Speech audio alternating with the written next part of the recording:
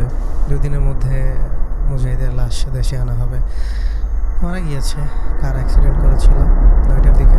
আর তারপরে হসপিটালে ভর্তি ছিল, মৃত্যুর সাথে পাঞ্জা লড়তে 12টার দিকে মারা গিয়েছে যতদূর আমি শুনেছি। আর 2 দিন পরে তার লাশ দেশে আনা হবে।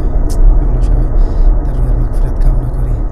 বিষয়টা আমার জন্য খুবই কষ্টের, অবশ্য আমাদের সবার জন্য খুবই কষ্টের। 1-2টা না, প্রায় অলমোস্ট 8 লাখের মতো সাবস্ক্রাইবার তার চ্যানেলে। 8 লাখ মানুষ তাকে ভালোবেসেছে, ভালোবেসে সাবস্ক্রাইব করেছে। 8 লাখ মানুষের দায়িত্ব নিয়ে সে প্রতিনিয়ত কন্টেন্ট আপলোড করেছে। এবং জানো, এই কমিউনিটির ওই একদম শুরু থেকে আমি অ্যাডভান্সকে দেখেছি। যখন ওর একটা ছোট চ্যানেল ওই কবিতার ছন্দ দিয়ে রোস্ট করতো, 30,000 সাবস্ক্রাইবার হলে চ্যানেলটা হ্যাক হয়ে যায়। আমি আলামিন ভাই খুব চেষ্টা করেছি, কিন্তু ওই চ্যানেলটা সামহাও ব্যাক করতে পারিনি। পরে আমরা সবাই মিলে তাকে আবার একটু তুলে ধরার চেষ্টা করি অডিয়েন্সের সামনে। দেন আমাদের ওই সাপোর্টে তার মোটামুটি 10-15,000 সাবস্ক্রাইবার হয়ে যায়। আর আস্তে আস্তে সেই অ্যাডভান্স গেমিং আজকে অলমোস্ট 1 মিলিয়নের কাছাকাছি চলে গিয়েছিল। মাঝখানে অনেকটা গভীর কষ্টের পথ সে পাড়ি দিয়েছে। তার লাইফেও স্ট্রাগল ছিল।